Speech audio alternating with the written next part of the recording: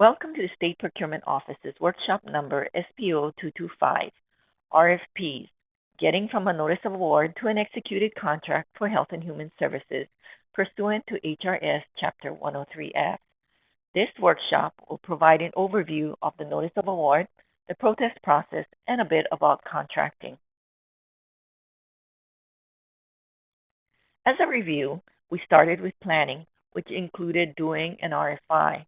We put together and issued the RFP, published the procurement notice, posted the RFP, conducted an orientation, issued addenda as applicable, and set the proposal submittal deadline for a minimum of 28 days from the date the RFP was first published.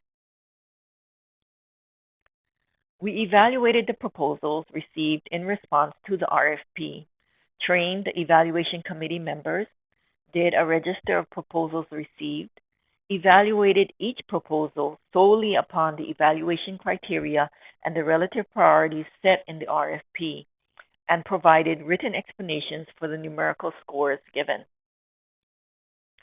So now, what's the next step to get to an executed contract? After evaluations are completed, the Notice of Award is issued. For purchases of health and human services pursuant to HRS Chapter 103F, the Notice of Award means sending out the evaluation statement of findings and decision to each responsive and responsible applicant regarding only their own proposal evaluation. The statement of findings and decision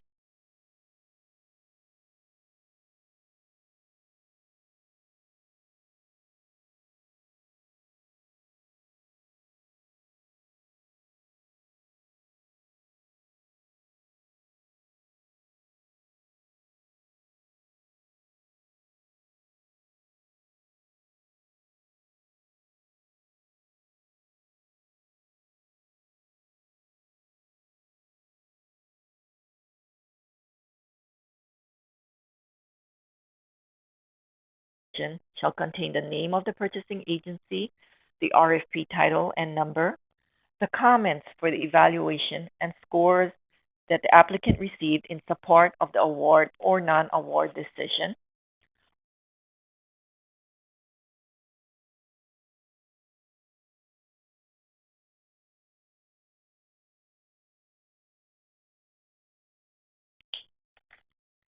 The Notice of Award shall be sent to the applicant by U.S. mail and may be sent electronically.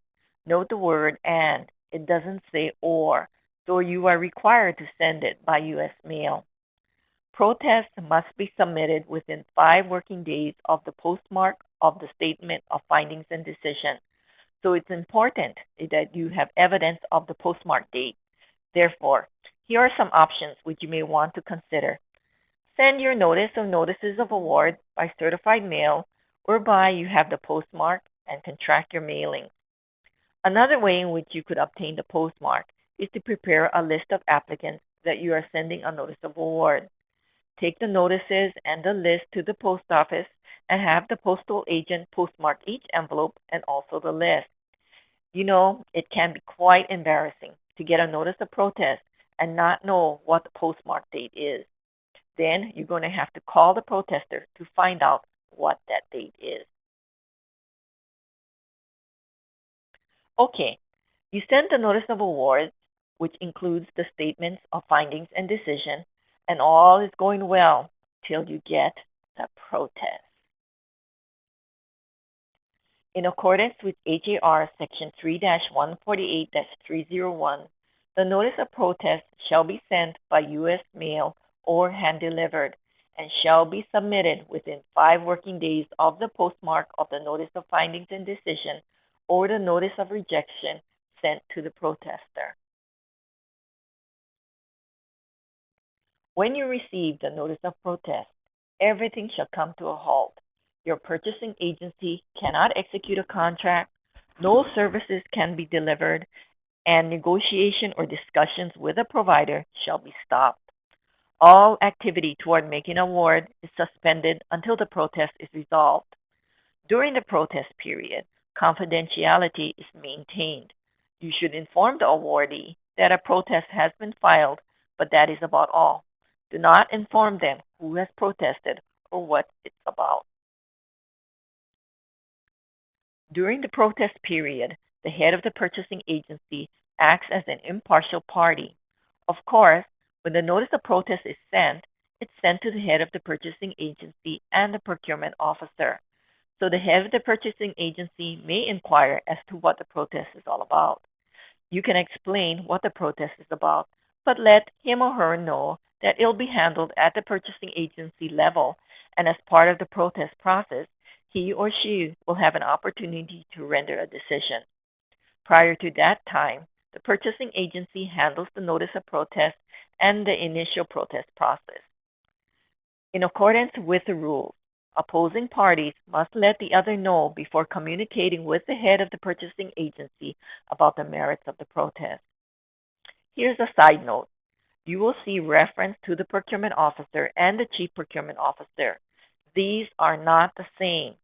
The procurement officer is the procurement officer for the protested RFP, which is stated in the RFP itself. The chief procurement officer is as follows. For the executive branch of government, except for the DOE, the administrator of the state procurement office is the CPO. For the DOE, it's the superintendent, and for the judiciary, it's the administrative director of the court.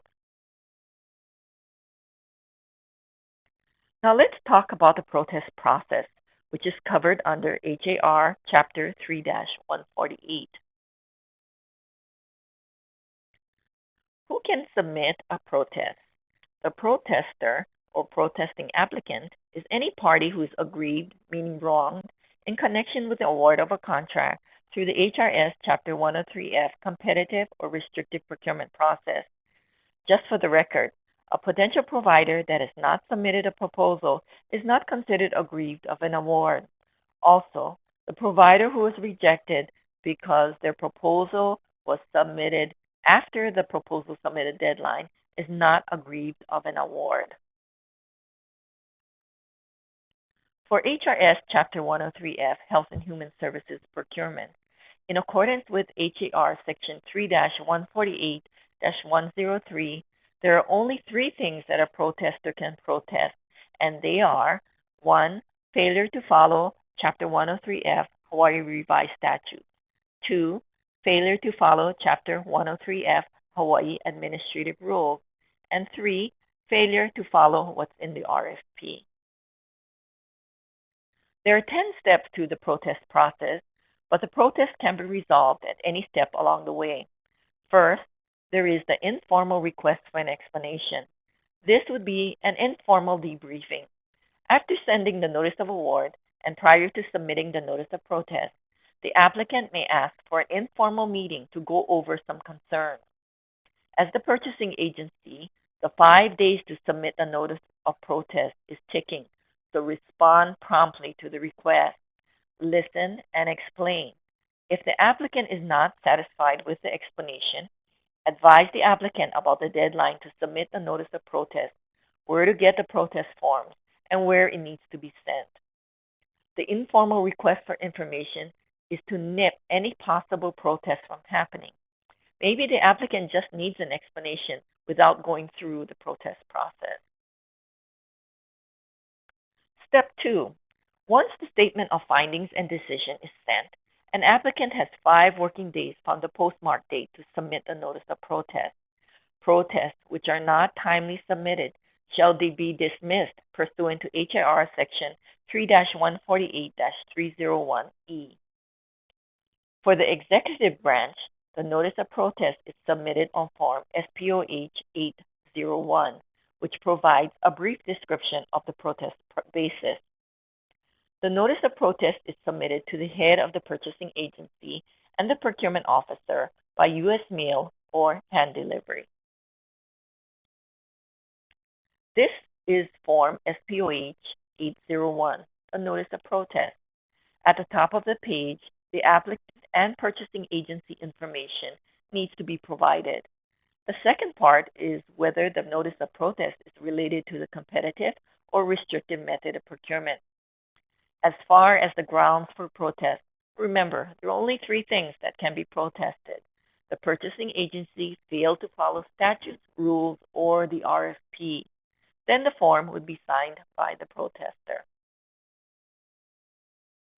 When you receive the notice of protest, set the settlement and scheduling conference. The purpose of the conference is to try to resolve the pending protest by mutual agreement. This would be the formal debriefing. If the issues are not settled at this conference, then your agency would be scheduling the timeline for the rest of the protest process, which is the scheduling order. Complete Form SPOH 802 for the settlement and scheduling conference. The head of the purchasing agency or his or her designee shall organize and conduct the settlement and scheduling conference within 3 working days upon receipt of the notice of protest. Since the head of the purchasing agency needs to act as an impartial party, the procurement officer usually is the designee. Although HAR Section 3-148-302 states that the head of the purchasing agency shall organize and conduct a conference, HAR Section 3-148-504 requires the head of the purchasing agency to be a neutral and impartial party and can designate another state employee to act in his or her place. The conference can be held in person, by phone, or by some other electronic medium. This is Form SPOH 802 for the Settlement and Scheduling Conference. The first part is information on the protester and the state purchasing agency. The second part is checking off whether the protest is related to the competitive purchase of services or a restrictive purchase. The third part is where, when, and how the conference will be conducted and the point of contact. Now, who should be involved in the conference?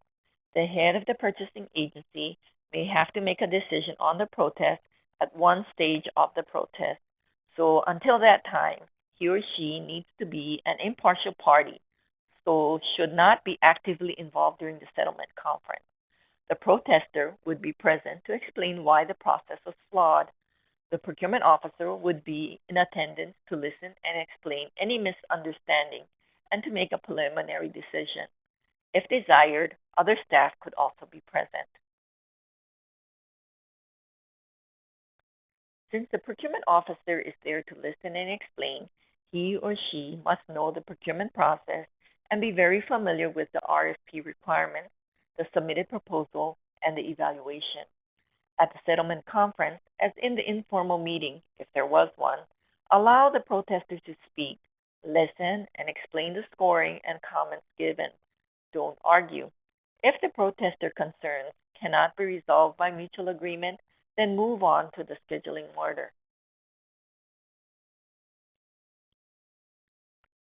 Step 4 is the scheduling order.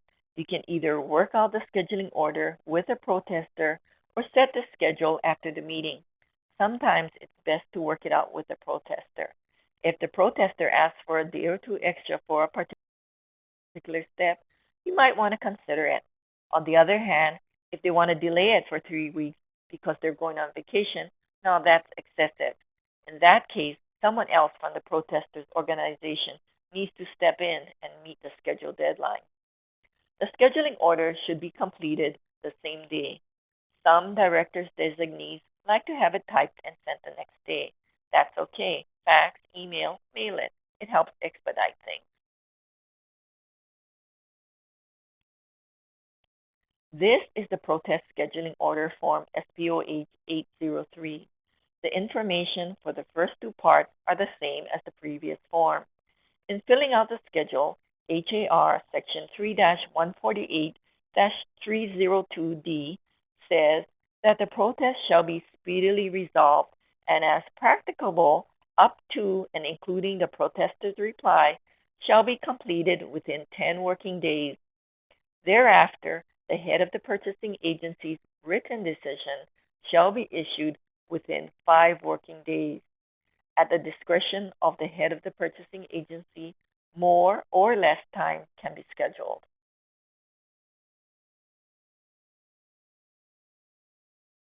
Steps 5 and 6 are the requests for clarification and responses. Clarification requests and responses are due in accordance with the scheduling order. Forms SPOH 804, the request for clarification, and SPOH 805, the response to the request for clarification, are used. Clarification requests and responses should be relevant to the material being protested.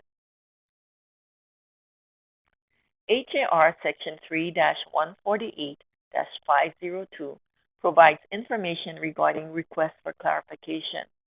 The request can only relate to the RFP or the protester's proposal, no one else's. The protester may request access to the purchasing agency's relevant procurement records, and the purchasing agency shall provide the information as required or permitted to be withheld by law.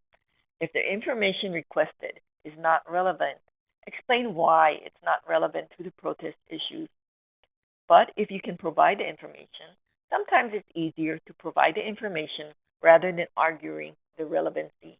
For example, if the protester questions a change in configuration of services from a previous solicitation, the protester had an opportunity to raise questions prior to the proposal submittal deadline, and therefore is not a protestable issue. Remember, there are only 3 things that a protester can protest: that the purchasing agency did not follow statutes, rules, or the RFP. The request for clarification form, SPOH 804 and SPOH 805, are for the requests and responses. SPOH 804 is for the request, and SPOH 805 is for the response to the request. Step 7 of the protest process is the formal protest. The word formal is used to distinguish it from the whole process. First, there is the notice of protest, and if the issues cannot be resolved at that stage, then the protester submits a formal protest pursuant to HAR Section 3-148-303. The protest is filed on Form SPOH 806 and contains 1. A detailed statement of the reasons for the protest. 2. Supporting exhibits, evidence, documents. And 3. Any additional relevant information that would help the purchasing agency make a decision. The formal protest submittal deadline is in accordance with the scheduling order. Replies submitted by hand delivery shall be considered to be submitted when actually received by the purchasing agency. Protests sent by United States mail shall be considered to be submitted on the date of the postmark rather than the date received by the purchasing agency. Here is Form SPOH 806, the formal protest. The first 2 parts are to be completed as explained previously. The third part indicates what the protester is attaching, and the next part is what protest resolution they are seeking. They can request to 1. Cancel the RFP or rescind approval of restricted purchase of service. 2. Amend the RFP as provided in the argument and reissue the RFP. 3. Terminate the awarded contract. 4. Reevaluate the proposal. 5. Reprocure necessary services under a new competitive purchase of services done as an RFP. Or 6. Declare the award contract null and void.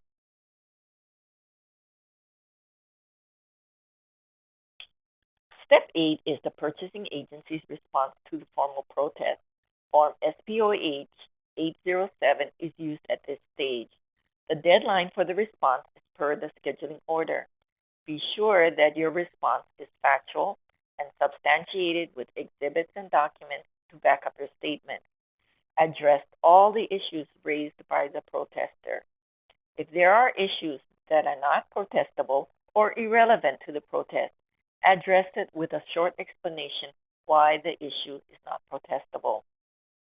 If upon receiving and reviewing the protest, the purchasing agency finds that an error has occurred on the part of the purchasing agency, then the response would be one or more of the remedies to reopen the evaluation process, amend and reprocure the services, or if already awarded, declare the contract null and void or terminate the contract. When you respond to the protest, it shall be sent by U.S. mail or hand-delivered. The response shall be considered sent on the postmark date if sent by U.S. mail or upon receipt if hand-delivered. Here is Form SPO H807, which is the response to the protest. The first two sections are completed as previously stated. The third section is for the response. If you are writing a letter, you can just insert the attached letter.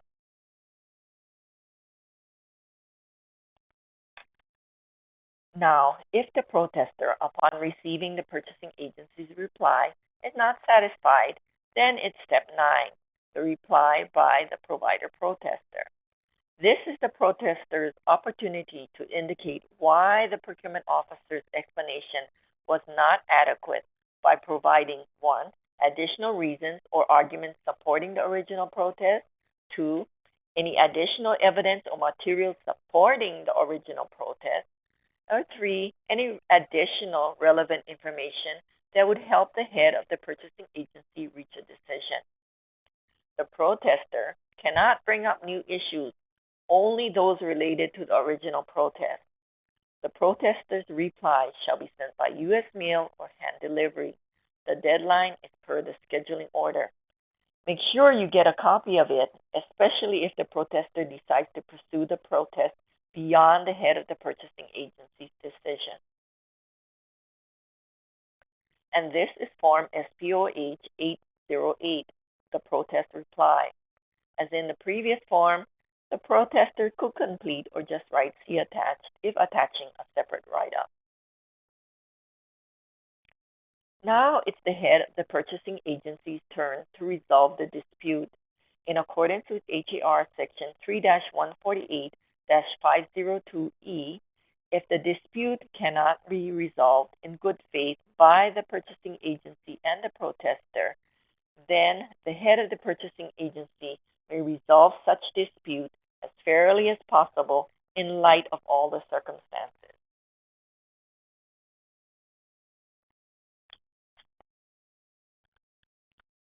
Step 10, decision by the head of the purchasing agency. The head of the purchasing agency's decision shall be issued per the scheduling order unless the head gives written notice to the protester that an extension to a certain date is necessary.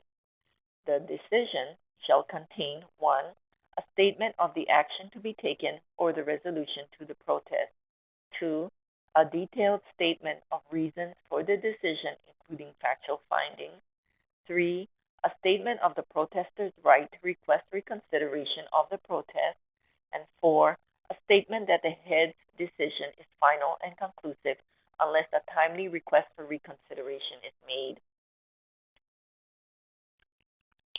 The head of the purchasing agency's decision can be one or more of the following: affirm the purchasing agency's award, dismiss the protester's protest, reopen the evaluation, amend and reprocure the services, cancel the RFP, and or, if awarded, terminate the contract or declare the contract null and void from the time of its award. The head of the purchasing agency's decision shall be sent by U.S. mail or hand delivery.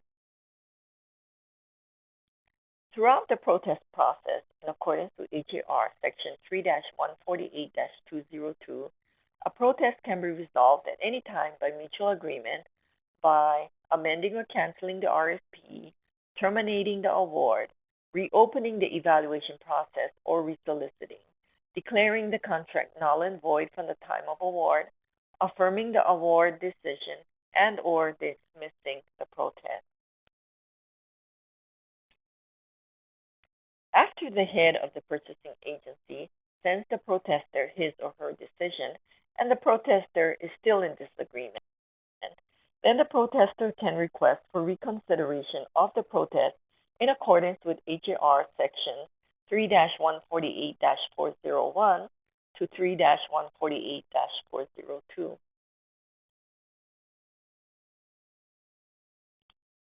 There are 3 steps to the request for reconsideration. No new grounds for protest can be presented at this time. The protester has 5 working days after the receipt of the decision of the head of the purchasing agency to submit the request for reconsideration to the Chief Procurement Officer. Form SPO H 810 is used for this purpose. The protester shall provide a detailed statement of factual and legal grounds for reconsideration based on materials already presented to the head of the purchasing agency and copies of all related documents submitted during the initial protest period. The request shall be hand-delivered or sent by U.S. mail. If hand-delivered, the request is considered submitted upon actual receipt. If mailed, then submittal is per the postmark date.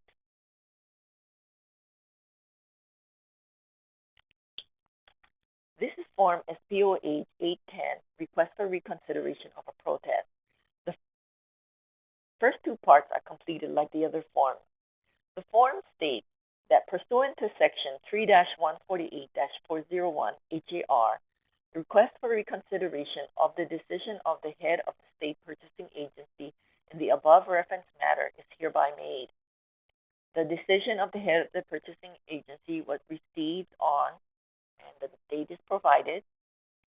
Reconsideration of decision of the head of the purchasing agency is necessary because, and the protester would check off the applicable boxes, factual determinations made by the head of the state purchasing agency were clearly erroneous, and or the head of the state purchasing agency erroneously interpreted the applicable law.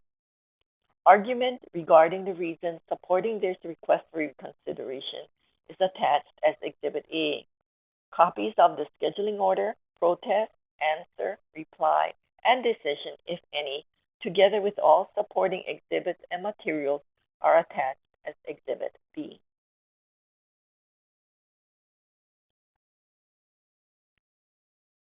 When the protester submits the request for reconsideration, the purchasing agency has 5 working days to provide evidence or argument that refutes or opposes the protester's request based on the material submitted to the head of the purchasing agency during the initial protest procedure.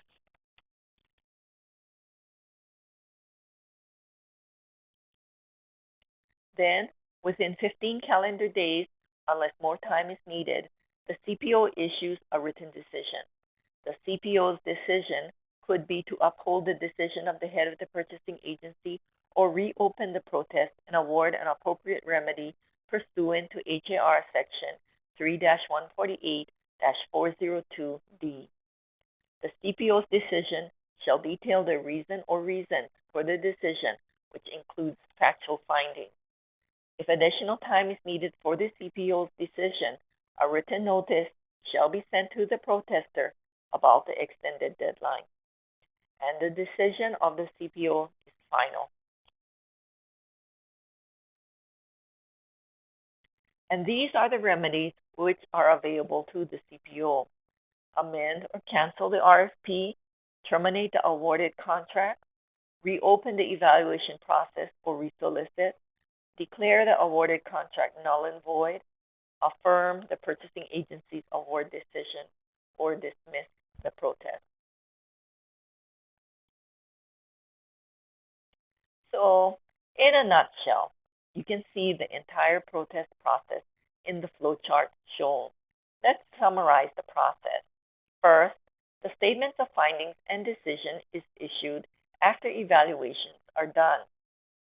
If the applicant is aggrieved of an award, then the applicant sends the notice of protest within 5 working days from the postmark of the statements of findings and decision. The purchasing agency schedules a settlement and scheduling conference, which is a debriefing, and if the protester is not satisfied with the meeting, then setting a scheduling order follows. This is the timetable for the rest of the protest process. The scheduling order allows for clarification, if needed, by either the purchasing agency or the protester. If the protester is still in disagreement, the protester files a formal protest. The purchasing agency responds, then the protester replies for the head of the purchasing agency to make a decision. If the protester continues to be in disagreement with the head of the purchasing agency's decision, then the protester may make a request for reconsideration of the protest. The purchasing agency has the opportunity to provide information.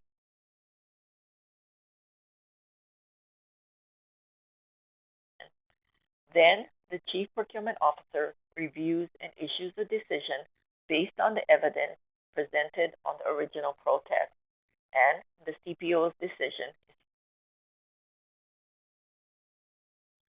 noted.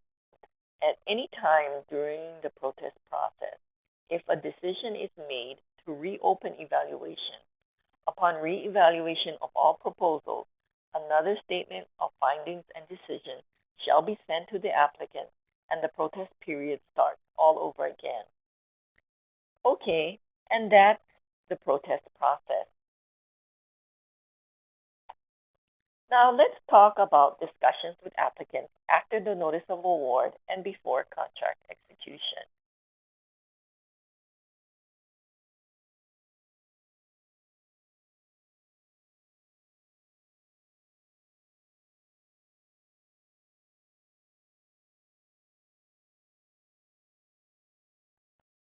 The purpose of discussions after notice of award and before contract execution is to negotiate a more advantageous contract for the state. Negotiate is to arrange or settle by discussion and mutual agreement. Negotiation is a two-way street. It's not a take it or we'll go on to the next applicant situation. As an example, let's say that applicant A has the highest overall evaluation score. However, the purchasing agency would like to see if the pricing can be negotiated down. The state can't force the change. It needs to be discussed and mutually agreed upon. For another example, maybe the payment schedule needs to be refined, or the periodic provider report might need to be adjusted.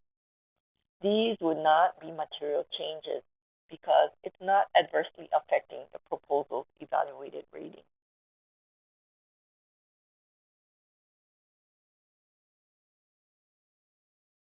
The scope of discussion is limited to the following: contractual terms and conditions not specifically addressed in the RFP that would not constitute a material change to the proposal, and contractual terms and conditions which are substantially the same or that do not constitute a material change to the proposal.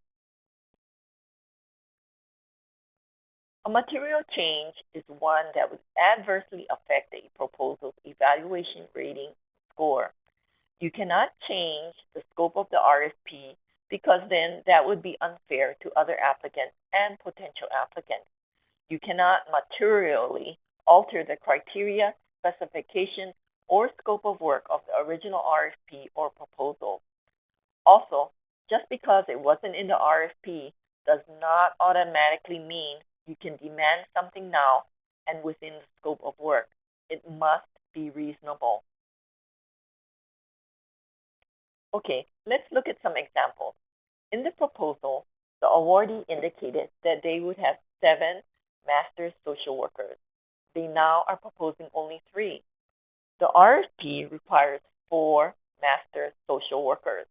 The number of social workers was included in the evaluation criteria. Is this a material change? If you say yes, it is a material change, then you are correct. The RFP requirement cannot be reduced from 4 to 3 social workers because that would be unfair to other applicants and potential applicants. Although the applicant proposed 7 social workers, the RFP required 4.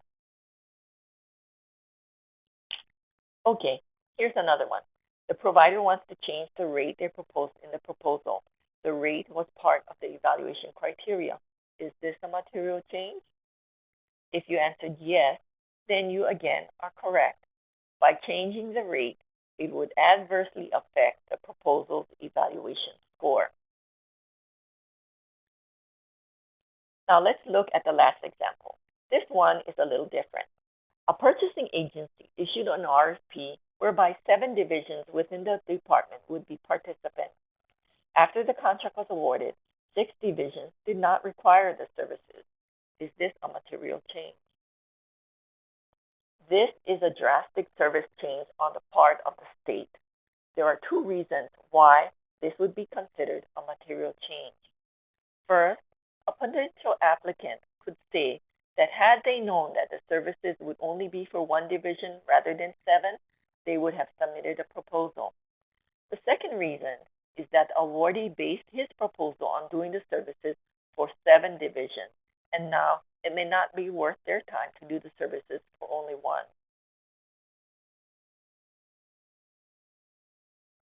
Prior to conducting discussions, the purchasing agency shall establish procedures so that discussions with providers are consistent.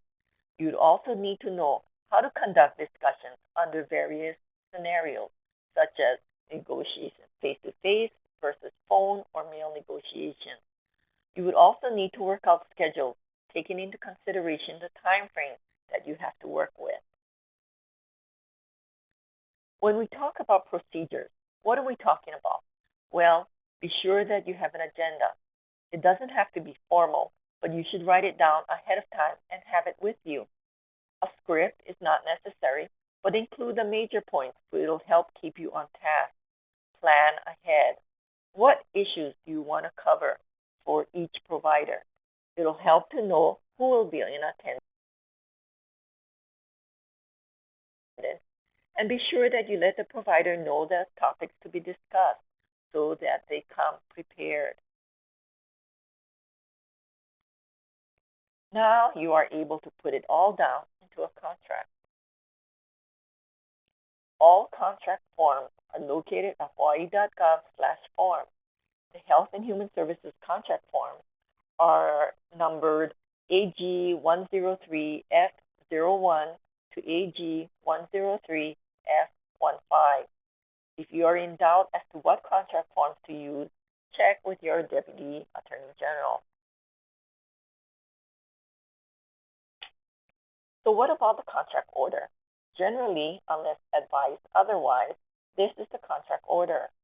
First, you'd have the contract, followed by the provider acknowledgement, the certificate of exemption from civil service, the provider's standard of conduct, scope of services, time of performance, compensation and payment schedule, general conditions, special conditions, certification, attestation of internet posting, public notice, tax clearance or Hawaii Compliance Express certificate, certificate of insurance, and other purchasing agency requirements. Here is a document checklist which you can use for contract payments. When encumbering contracts or making initial payments, the first table shows the documents for the various methods of procurement that needs to be submitted for encumbrance or initial payment. You can also find this handout under the Training Materials section of the SPO website.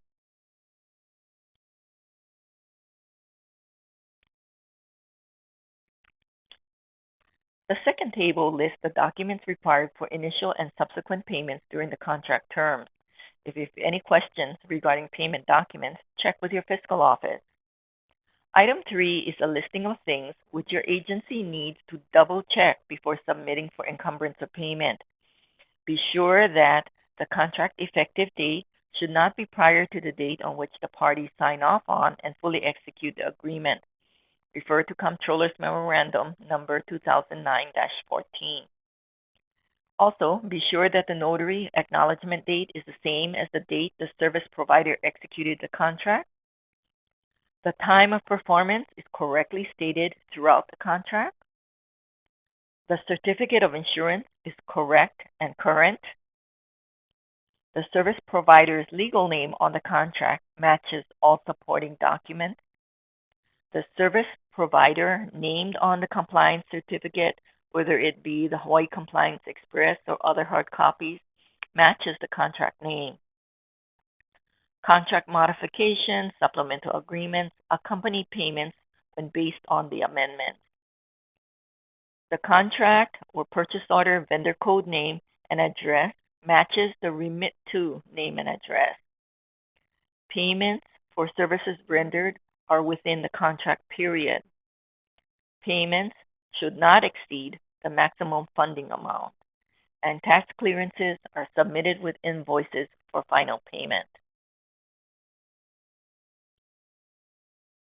When executing a contract, be sure that it is done on a timely basis. As an FYI, once an existing contract expires, there is no way to revive it. If a contract expires, don't think that you can just do a small purchase with the current provider until a new contract can be executed. That would be considered parceling. So if you anticipate that you're not able to execute a new contract before the old contract expires, be sure to extend the existing contract pursuant to HAR Section 3-149-301 if you are in the procurement process and the reason for the extension is for continuity of services. HAR Section 3-149-301, extension of existing contract during procurement process, states that an existing contract can be extended if 1. The purpose of the extension is for continuity of service between the termination of the contract to be extended and the effective date of the new executed contract. 2. The extension shall be for 6 months or less. 3. The funds are appropriated and available. And 4. The terms of the extended contract is fair, reasonable, and remains substantially the same as the original contract as amended. The extension would be done as a supplemental agreement. However, the contract can only be extended if it has not expired. As a note, include in the procurement file a written determination with an explanation that the conditions for the extension, HAR Section 3-149-301B, have been met. And last but not least, don't forget to post the award or awards to the Posting of Awards Notices and Solicitation Awards Contracts Database, otherwise known as PANS. Agencies are required to post all Health and Human Services awards and contracts on the Awards Contracts Database within 7 days of the date on the Notice of Award, which is the Statement of Finding and Decision or Award of Contract, whichever is earlier. The only time that you would delete the award is if the award somehow falls through. The funding portion of the database is the amount estimated to be expended during the fiscal year, not the contract year. If the contract is not by fiscal year, as an example, calendar year, then enter an estimate. The funding data can always be changed later. Modification, amendments to contracts shall be reported on the database within 7 days of the execution of the supplemental agreement. Make the addition to the existing contract entry. Do not make a new entry for the modification. Also, remember that you need to update the contract whenever there are changes, modifications, amendments for the life of the contract.